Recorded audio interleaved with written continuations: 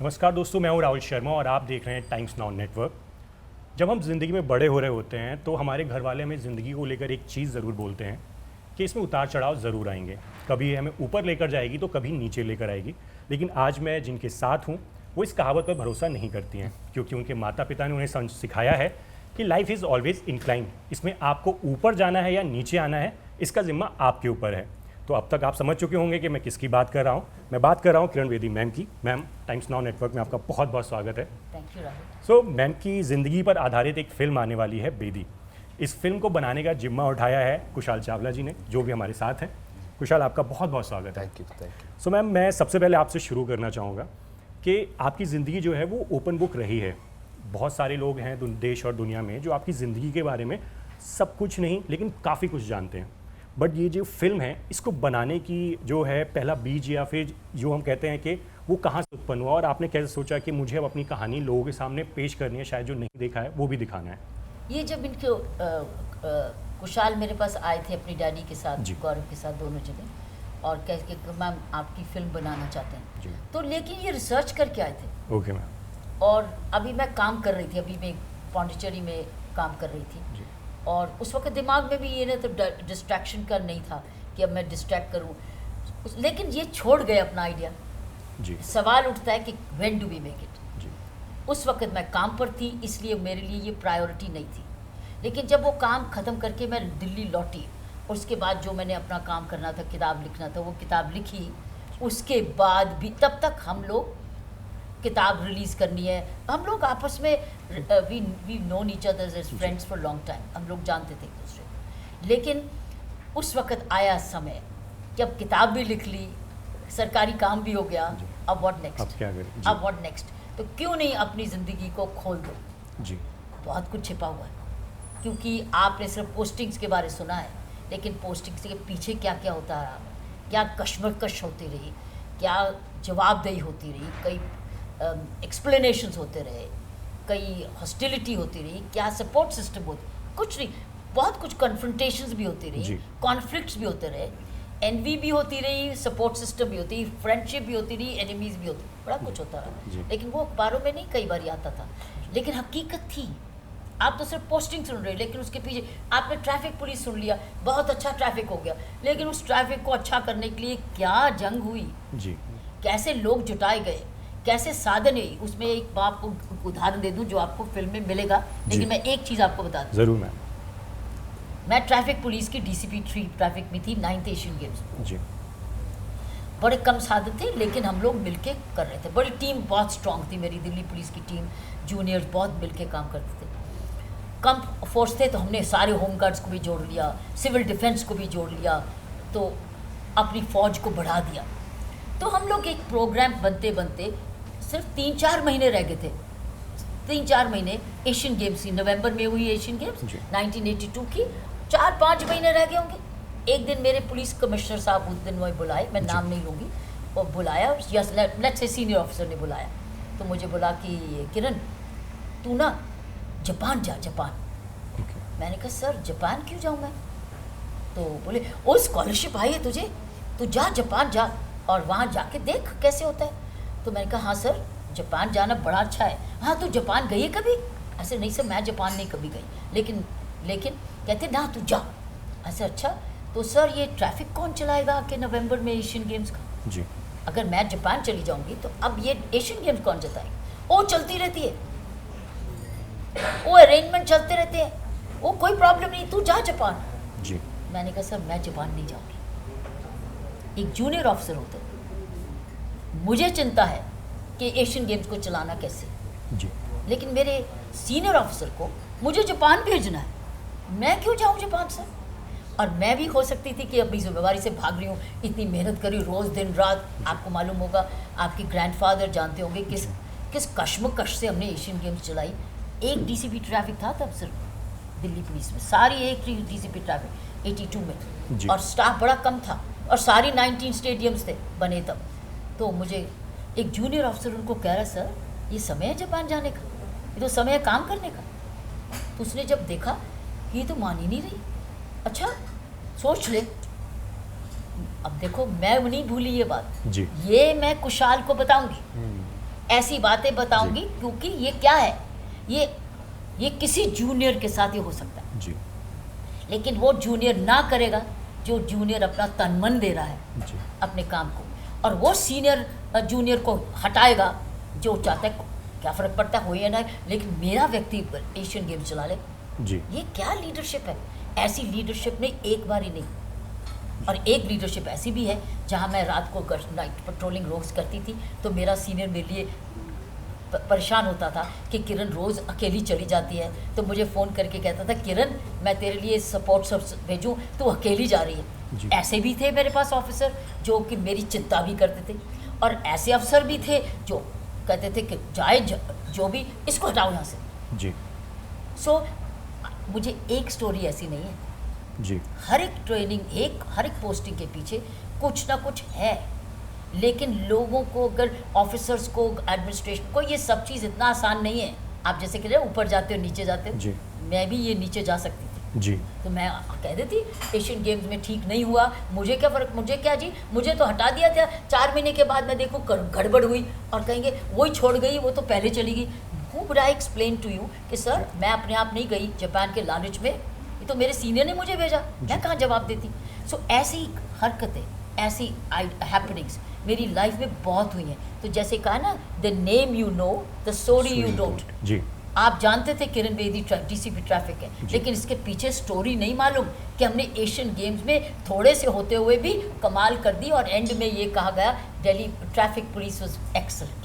ये लफ्ज़ हुआ था कि दिल्ली ट्रैफिक वाज स्मूथ जी। And excellent. सो ये this movie will tell you the inside story of how दी हर चैलेंज को कैसे संभाला गया, कई बार अपने आप पर बर्दाश्त करके। जी।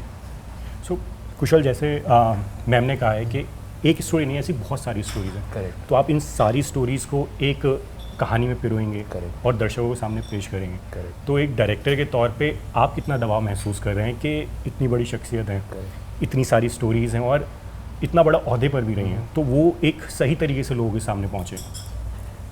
ये दबाव तो मुझे लगता है ब्लेसिंग है जी। ये तो मैम को अगर आप उनका करियर देखें, उनके पास ऐसे बहुत सारे दबाव रहे अपने पुलिसिंग जी। में, बट उन्होंने उसको ब्लेसिंग की तरह ट्रीट किया। जी। ये मेरे लिए लर्निंग है इस फिल्म के लिए। बट आप सही बोल रहे हो, इतना कुछ है इस करियर में कि हमारे लिए चैलेंज यही है कि हम सब कुछ कैसे 1-2-2.5 घंटे की फिल्म में दिखाएंगे। जी। और वही सबसे बड़ा चैलेंज है कि हम वो स्टोरी को सक्सेसफुली ट्रांसलेट कर पाएँ एक ऑडियंस को इंस्पायर कैसे करेंगे, और जी। उस ऑडियंस को इंस्पायर करने के लिए ये स्टोरी उन तक पहुंचना बहुत ज़रूरी है, इफेक्टिवली ट्रांसलेट होना बहुत ज़रूरी है कि जो एक्चुअली हुआ वो उनको दिखे और ऐसा क्यों किया गया, ताकि सिर्फ इसके लिए नहीं, मल्टीपल जनरेशन्स को इंस्पायर कर पाए स्टोरी। सो मैम, जैसा कुशाल ने कहा कि वो पूरी मेहनत कर रहे हैं, लेकिन इनका चुनाव करना आपके लिए कितना आसान था या कितना मुश्किल था? क्योंकि हम लोग एक ही एज के, और मैंने आपको बताया कि मेरे दादाजी आपकी स्टोरी सुनाया करते थे। तो मतलब हम जैसे नौजवानों पे इतना भरोसा करना कि अच्छा ठीक है आप मेरी कहानियाँ सुनाओ, तो ये आपके लिए कितना चुनौतीपूर्ण था? विश्वास तो पैदा हो चुका, जी। और जिस तरीके से इन्होंने रिसर्च की जी। है, मेहनत करी है, इतनी सिंसेरिटी से जी। कोई भी एक ही जगह फोकस करके जी। ऐसा टाइम निकालना आसान नहीं है आज के समय। जी when it's such a commercial world, जी ये अपना कमर्शियल वर्ल्ड एंगल से नहीं ये देख रहे फिल्म, जी ये फिल्म दे रहे अपनी क्रिएटिविटी के एक लेगेसी छोड़ के जाएं, ताकि आने वाली जनरेशन्स को जो भी मिल सके ले लें। जी। सो मैम, जहाँ पर आप बैठी हैं, इस इंसान को लोग जानते हैं, लेकिन जब आपकी नींव पड़ रही थी ये इंसान बनने की, उस वक्त सामाजिक चुनौतियाँ क्या थी जिनको आपने फेस किया, और उनका फेस करने के बाद आपने अपने आप को इतना मजबूत किया और आप इतना आगे तक आई? तो वो किरण बेदी की नींव कैसे पड़ना शुरू हुई? वो चुनौतियाँ मैंने नहीं फेस की, जी मेरे माँ बाप ने फेस की, जी मेरे पेरेंट्स ने फेस की, क्योंकि एक जॉइंट फैमिली के मेंबर थे, और मेरे दादा जो थे बहुत धनी थे अमृतसर में, लेकिन लड़कियों के लिए उनके साथ ये था पढ़ाने की कोई ज़रूरत जी। नहीं है, पराया धन है ये। तो हम सारी 4 लड़कियां थी अपने जी। माँ बाप। तो मेरे पेरेंट्स, मेरे ग्रैंडफादर ने मेरे फादर को पूछा सबसे ज़्यादा एक्सपेंसिव स्कूल में क्यों तुमने अपनी बेटी को ले भेजा, और वो मेरी जॉइंट फैमिली में मेरे डैडी पापा जी के साथ काम करते थे तनख्वाह पे, तो सारी तनख्वाह तो फीस में चली गई। जी तो उन्होंने कहा जब पास में स्कूल फ्री है, हमारे पड़ोस में एक स्कूल फ्री था, मेरे पापा ने कहा चुनौती उनके लिए थी। उन्होंने कहा पापा जी आप मेरी ज़िंदगी के फैसले करते रहे अब तक, लेकिन आप मेरी बेटियों की ज़िंदगी का फैसले नहीं आप करेंगे। जी तो आपको सोच रहे हो कि हमें पता नहीं था? हमें पता था। हमारे पिताजी किस किस जो समाज में से हमें निकाल के हमें कुछ बनाने के लिए चला रहे, हम महसूस कर रहे थे। हम छोटे होते सारे कान में लगा रहे थे। मेरे पापा ग्रैंडफादर के पास बग्गी थी और गाड़ी थी जी। उन दिनों में अमृतसर में, और मेरे डैडी मुझे साइकिल पे पसीने में स्कूल छोड़ने जाते थे, जबकि मेरे ग्रैंडफादर की बग्गियाँ थी घोड़े वाली और कार भी थी। हम नहीं देख रहे कि हमारे डैडी हमारे पास ये है बुनियाद। जी। जब हमने देखा अपने माँ बाप को तपस्या करते हमारे लिए ताकि हम लोग ज़िंदगी, ये अलग बात है कि बाद में प्रॉपर्टी बढ़ गई और माँ बाप के पास आ गया, लेकिन बुनियाद तो बन चुकी थी ना जी। तपस्या की, त्याग की, कुछ बनने की और कदर की। सो हम अपने माँ बाप की मेहनत की बड़ी कदर करते थे। वो लड़ रहे थे कि ये लड़कियाँ तो पराया धन थी, तो हमें उन्होंने कभी भी नहीं कहा था तुम पराया धन हो। जी। तुमने कहा, उन्होंने, मेरी माँ ने मुझे ये कहा था, मम्मी ने, कि बेटा बड़ी हो के तुमने ना किसी से लेना नहीं, कुछ सिर्फ देना है। जी। You will be a giver. मेरी माँ भी बहुत बड़ी गिविंग कर। सो देखिए, अब गिविंग कैसे कर सकती हूँ जब तक मैं खुद कमाऊंगी नहीं, कुछ लायक नहीं बनूंगी, कुछ है नहीं मेरे पास। वही हुआ, मेरी पुलिसिंग गिविंग ही तो है, मैं कुछ लेती थोड़ी हूँ। जी। मेरी पुलिसिंग तो सिर्फ गिविंग है। सो चुनौती मेरे माँ बाप के पास थी, तो हम तो उस संस्कारों से बड़े होते देखते। सिर्फ ये ज़रूर है कि हम ग्रेटफुल रहे, हम भूले नहीं अपने माँ बाप की कुर्बानी, और उसके बाद वो संस्कार बन चुके थे। सो कुशल, जैसा मैम ने कहा है कि शुरुआती ज़िंदगी में चुनौतियाँ थी, और जब मैम ने अपना करियर शुरू किया उस टाइम और चुनौतियाँ रही, जो मैम ने शुरुआत में हमें बताया। तो एज अ डायरेक्टर आप कितना पॉलिटिकली इसमें राइट होने की कोशिश करेंगे, और किस हद तक आप जो है उसको उसी तरह से पेश करने की कोशिश करेंगे? इस बारे में मैम से आपकी बात हुई है कुछ? आई थिंक हमारा इसमें बैंडविड्थ शुरू से सेम है कि हम ऑथेंटिक रहेंगे अपनी स्टोरी के लिए। हम कुछ फ्रेमवर्क बना ही नहीं रहे कि हमें किसी को कुछ प्रूव नहीं करना, हम बस ऑथेंटिक स्टोरी बता रहे हैं। उस ऑथेंटिक स्टोरी में सब कुछ, हम किसी से कुछ प्रूव नहीं कर रहे, हम सच बता रहे हैं। इन दैट ऑथेंटिसिटी जो लोगों को मिलेगा उससे will be understanding of this parenthood, जो मैम बता रही, of very very progressive parenthood, जो उस टाइम में अपने 4 डॉटर्स को ऐसे रेज कर रहे थे कि वो अपने फैमिली, अपने वेल्थ से सेपरेट हो गए, क्योंकि उनको लगा कि ये उनके लिए सबसे इम्पॉर्टेंट है। तो ये इंस्पिरेशन देना हमारे लिए बहुत ज़रूरी है लोगों को। मैम, आपने कहानी तो इनके लिए दे दी है, अब ये कहानी पे काम करेंगे, उससे फिल्म बनाएंगे, लेकिन एक चीज़ होती है कि अगर आपकी लाइफ इतनी चुनौतियों रही है और उसको इतनी इंस्पायरिंग है जो लोगों को और भी ज़्यादा नई जनरेशन को इंस्पायर कर सकती है, तो उस कहानी का ज़्यादा से ज़्यादा लोगों तक पहुँचना बहुत ज़रूरी होता है। तो इस बारे में कुशल से आपकी बात हुई है कि हम कैसे इस फिल्म को ज़्यादा से ज़्यादा लोगों तक पहुँचा सकते हैं? क्या इस बारे में आप लोगों का डिस्कशन हुआ है? फिल्म है ही जी। फिल्म का इम्पैक्ट होता है, फिल्म की रीच होती है। आज गांधी फिल्म सारी हिंदुस्तान में घूमी, सारी दुनिया नहीं घूमी जी। उसका इम्पैक्ट नहीं हो। धन्यवाद एटनबरो का कि उसने मेरी गांधी की फिल्म बना दी, जो हम लोग बार बार भी देखे तो हम इंस्पायर होते। फिल्म की पावर है, it's a power of the visual, power of the cinema, power of when you see a cinema, आप देखते भी हैं, सुनते भी हैं, महसूस भी करते हैं, और रोते भी हैं, और लेके जाते हैं, और परिवर्तन भी हो जाता है। सो पावर, इसलिए the power of the film is the highest.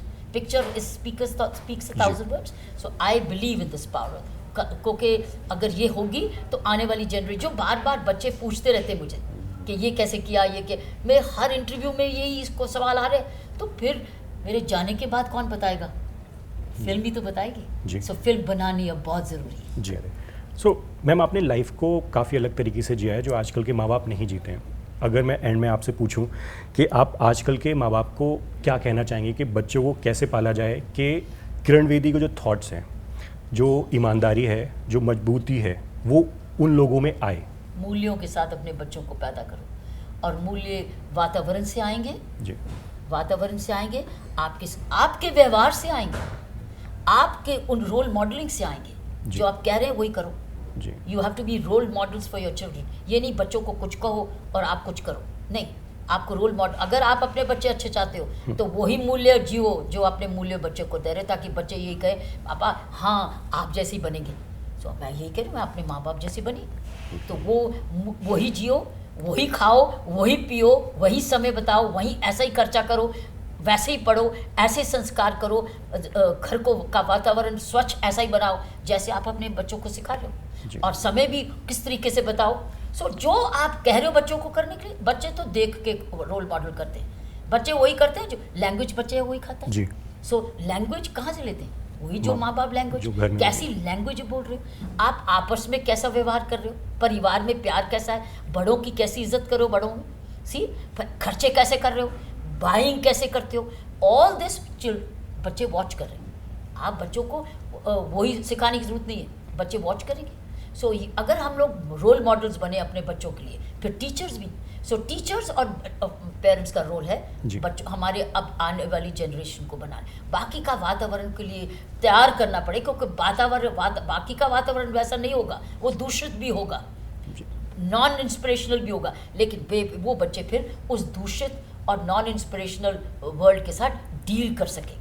मैं उम्मीद करता हूँ जब फिल्म आएगी तो आपके जो थॉट्स हैं या आप जो चाहती हैं लोगों बच्चों में आए, समाज में चेंज आए, वो ज़रूर आएगा। सो कुशाल एंड मैम, आपके लिए फिल्म के लिए बहुत बहुत बधाई और बेस्ट ऑफ लक कि आप हमारे सामने एक बहुत अच्छी फिल्म लेकर आएंगे। और टाइम्स नाउ के साथ बात करने के लिए आप दोनों का बहुत बहुत शुक्रिया। Thank you so much.